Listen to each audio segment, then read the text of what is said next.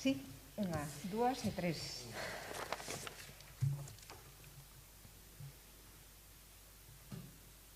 Moi bo día a todas e a todos. Imos presentar este pequeno gran libro, A Compostela, de Emilio Pardo Bazán, que nos traslada a finais do século XIX e aos primeiros anos do século XX. Páxina a páxina, descríbenos como nesa época a nosa cidade ia pouco a pouco mergullándose na modernidade, nos ventos de cambio marcados polos avances tecnolóxicos, e un colonialismo tamén tardío, pois a pique xa de desmoronarse. Para contarnos esta historia, para falarnos deste caderno, acompáñame a investigadora e especialista en Historia e Patrimonio, Mercedes Vázquez Bertomeu. Esta publicación, que como todos os cuadernos anteriores, este o cuarto, ten unha tirada de 10.000 exemplares e pódese solicitar no teatro principal. Como decía, este é o número 4 da colección. Anteriormente publicáronse Compostela 1117, Compostela Festiva e Compostela nos tempos de nós. Os textos son de Mercedes e de Pilar Rodríguez Suárez, son as responsables da empresa de Historia, Cultura, Historia e Patrimonio, e as ilustracións son de Marcos Vigo. A Compostela de Emilia Pardo Bazán realmente é unha xanela aberta a aquel Santiago que medra parello ao liberalismo, no que destaca a gran figura do liberalismo que é don Eugenio Montero Ríos de Compostela, e a época do monterismo en Santiago, que foi realmente productiva para o desenvolvemento da nosa cidade. Unha xanela aberta a aquela época tan decisiva Compostela, para o avance da corrente tamén modernista que marca un antes e un despois na historia da cidade e na historia de Galicia. Como moi ben decides neste caderno, Emilia Pardo Bazán retrátanos unha cidade de provincias, decadente, pero na que xa se empeza a vislumbrar pequenos avances. E tamén a retrata dende a mirada do feminismo, dunha muller fidalga, pero totalmente comprometida co progreso e ca igualdade.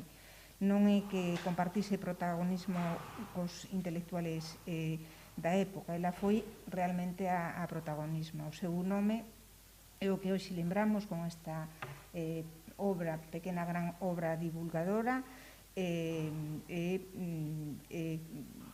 Ela foi para nós unha divulgadora e icono tamén desa transición de Santiago cara á modernidade. Sabedes que neste ano que celebra o centenario do seu pasamento,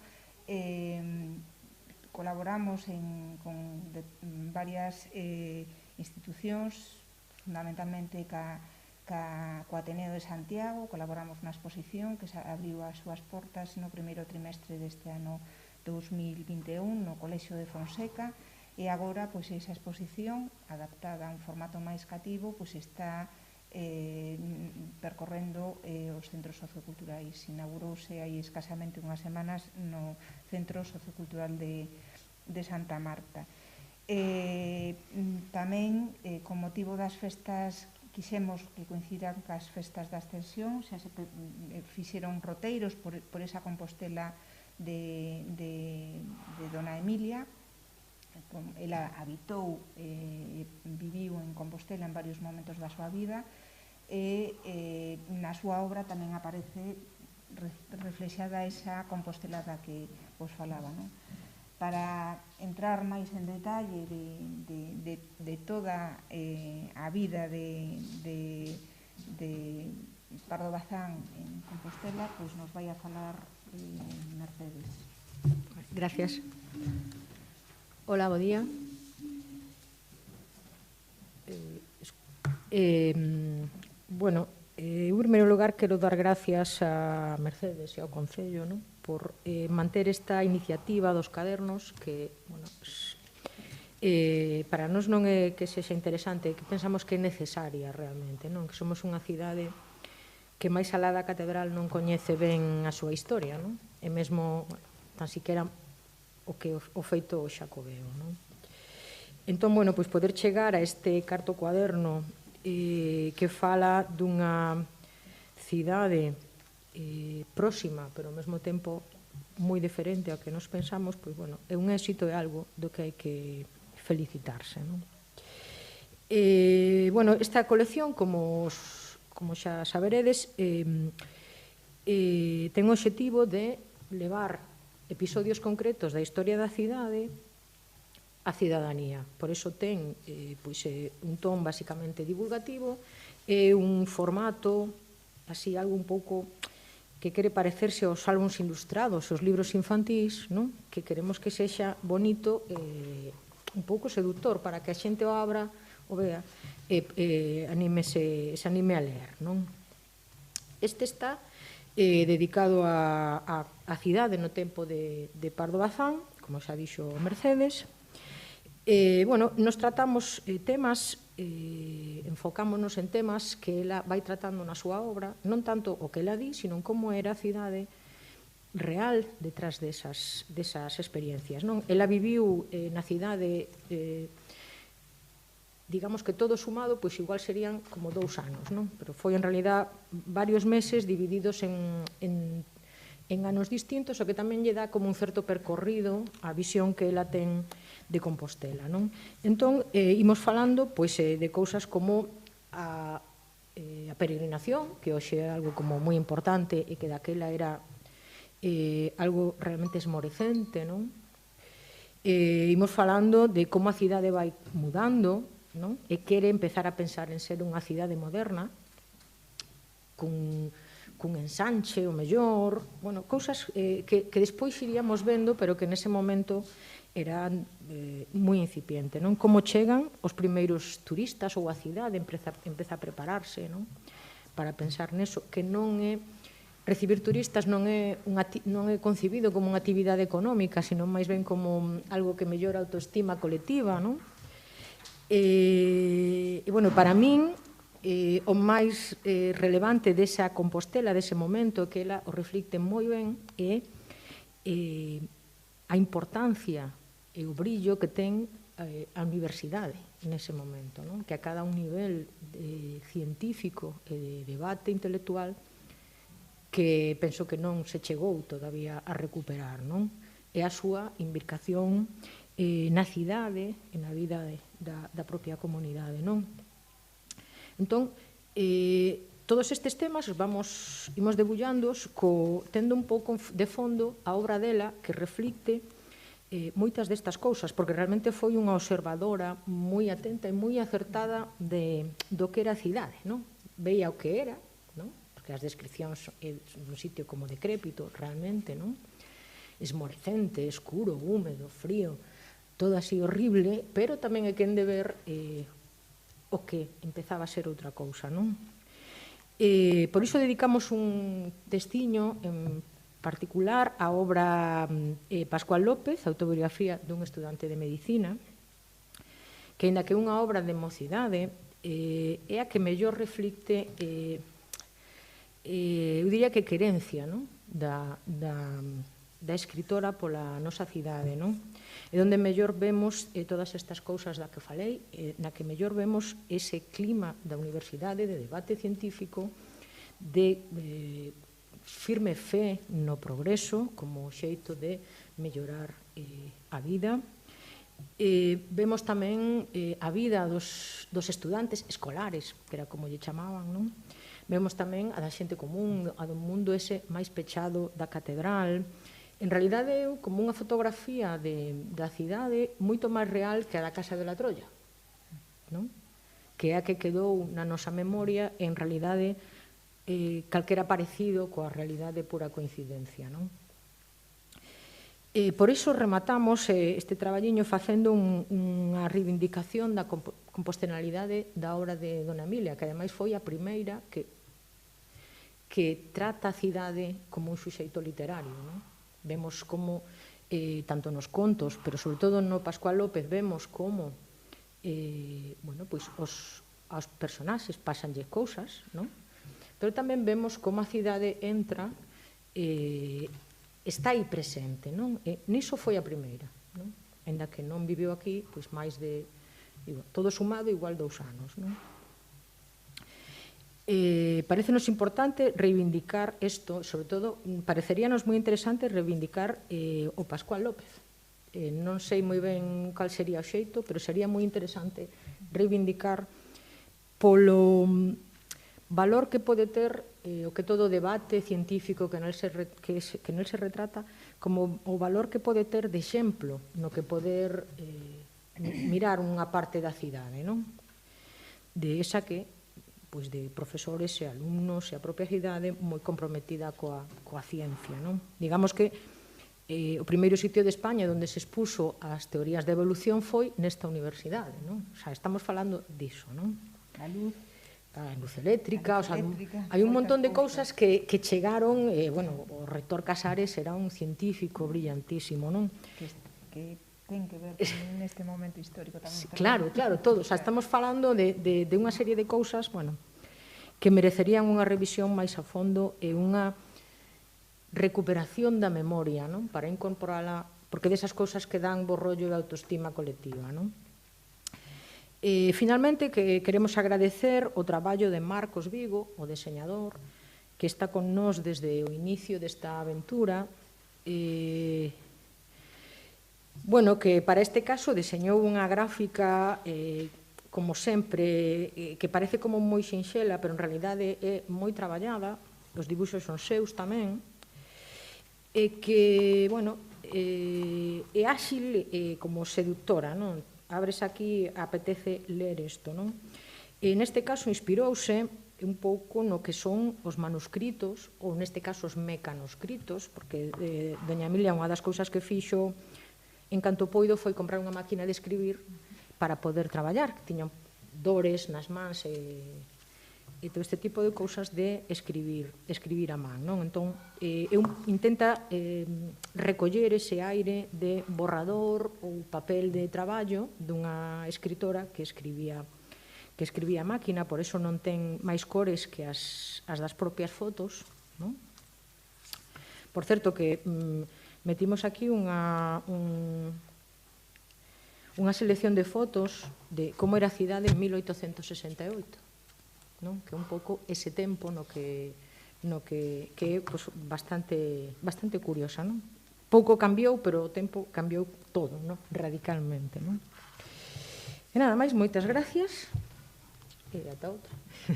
Sí, haberá máis, sin dúbida alguna, porque, como ben decías ao principio, esta é unha obra totalmente necesaria. Temos que seguir recuperando a historia de Compostela dende diferentes perspectivas, pero eso, recuperando a través de estos episodios ou destes persoeiros, destas protagonistas da nosa cidade en momentos históricos diferentes, pois para seguir recuperando esa identidade, non? Como, por lo tanto, hai que felicitarnos por esta nova publicación. Efectivamente, o que decíamos ao principio, non? Emilia Pardo Bazán está describindo dunha forma moi honesta, moi clara, o que era esa cidade, pero xa falaba pois na recente publicación que se fixo, dirixida por González Herrán, sobre a exposición de Fonseca, os textos que describen esa Compostela, que a través fundamentalmente da universidade se descubre como pioneira, dende logo fala moi expresamente de medicina, da potencia da Facultade de Medicina en Galicia e en España, fala expresamente dos líderes nese momento da facultade, no Hospital Real, e de todo o que empezaba a verse como a modernización da cidade, non? O feito tamén de que estivera en Madrid con ese poder tan importante que tivo Eugenio Montero Ríos, pois fixo posible que no último cuarto do século XIX, e no principio do XX se plantexara unha cidade xa nova, a través precisamente do urbanismo e do patrimonio, porque se fixeron grandísimas obras, todas ou moitísimas vinculadas tamén á universidade, por certo.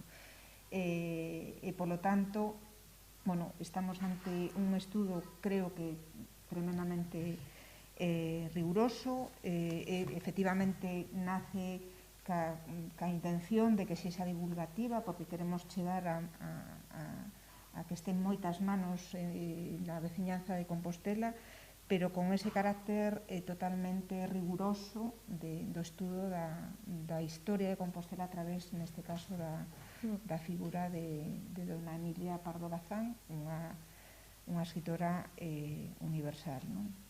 E, por lo tanto, estamos moi contentas. Se me permites un pouco por poñer en valor este tipo de traballo, é que na miña experiencia profesional moitas veces temos que derrubar un pouco mitos ou falsas crenzas, non? Que se explican como en positivo. Neste caso, non? Pois podemos decir que a cidade no século XIX era un sitio decrépito, que realmente era, non? Pero cando despois vas á historia ves que polo xeral é moito máis épica que eses mitos que construímos para explicar algunhas cousas, e este é un caso. A Compostela do século XIX, de finais do XIX, é unha cidade provinciana como outras moitas, non? Que está repensándose, reinventándose, non? E falamos, pois, eso de Montero Ríos, falamos da construción da primeira monumentalización da cidade, non? Pero despois diso, en paralelo está todo o tema, para min crucial, que é o tema da universidade.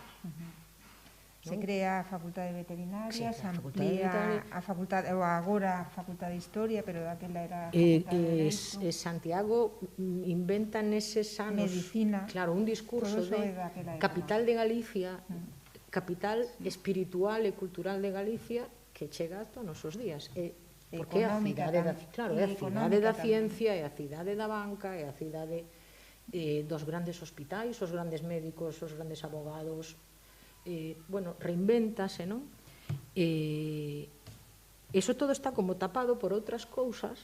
Unha delas, por exemplo, toda esta de historia de la Casa de la Troya, que é unha Compostela cutre, que non corresponde exactamente, non, ao que era a realidade, non? Entón, é un deses casos no que o mito agocha unha realidade, que o mito que intenta glorificar, en realidade agocha unha realidade que é como moi potente, non? Sí, é así. Alguna cuestión? Unha pregunta, pero outra cousa. Pois a ver. Nada, antes Mercedes Rosón quería preguntar polo tema das medalleiras que onde estuveron xa no Obradoiro, se por mañá volveron a estar protestando. Bueno, un pouco cal é a justificación para intentar recolocalas fora do entorno da catedral, Non, van a estar no entorno da catedral. Fora do Obradoiro. O titular desta mañá voso non responde á realidade, fora do Obradoiro. Elas e todos os demais. No entorno da catedral van a estar, porque se ubican unha parte importante na Praza Inmaculada, en outras prazas do entorno da catedral, menos no Obradoiro, van a estar en carretas, non sei exactamente porque é un tema que non levo eu, que leva Gonzalo Muiños, pero dende logo o titular que dichedes pola mañá non responde á realidade. Van a estar ubicadas unha parte importante, polo que sei, na Praza da Inmaculada, en outros ámbitos cercanos á catedral. En calquer caso, están protestando igualmente, entón, un pouco, cal é o motivo para movelas de sitio? Non sei se ten que ver co tema da Comisión de Patrimonio. Bueno, sí, no seu momento levouse a Comisión de Patrimonio a proposta que se facía dende o Departamento de Ocupación de Vía Pública, de Tráfico e Ocupación de Vía Pública, porque evidentemente, bueno, algo se te... A ver, corto e pego. Levouse todo o que ten que ver con ocupación pública no ámbito da cidade histórica e se fixo dende esa desa comisión técnica da comisión unha proposta de ordenación, porque evidentemente estaban en unha situación bastante precaria e xerando problemas na mobilidade de algunhas zonas da cidade histórica. É unha proposta ou é definitivo que se vayan a mover de lugar? A ver, o concelleiro sacou unha convocatoria poñendo claramente en que ámbitos da cidade histórica se iban a colocar. Non sei os termos, non coñezo, eu creo que debedes de falar con el para que vos explique máis polo miúdo cal foi o plantexamento, pero eran como bastantes puntos da contorna da catedral. Eu creo que estaba todo máis ou menos resolto polo que falei con el nos últimos tempos.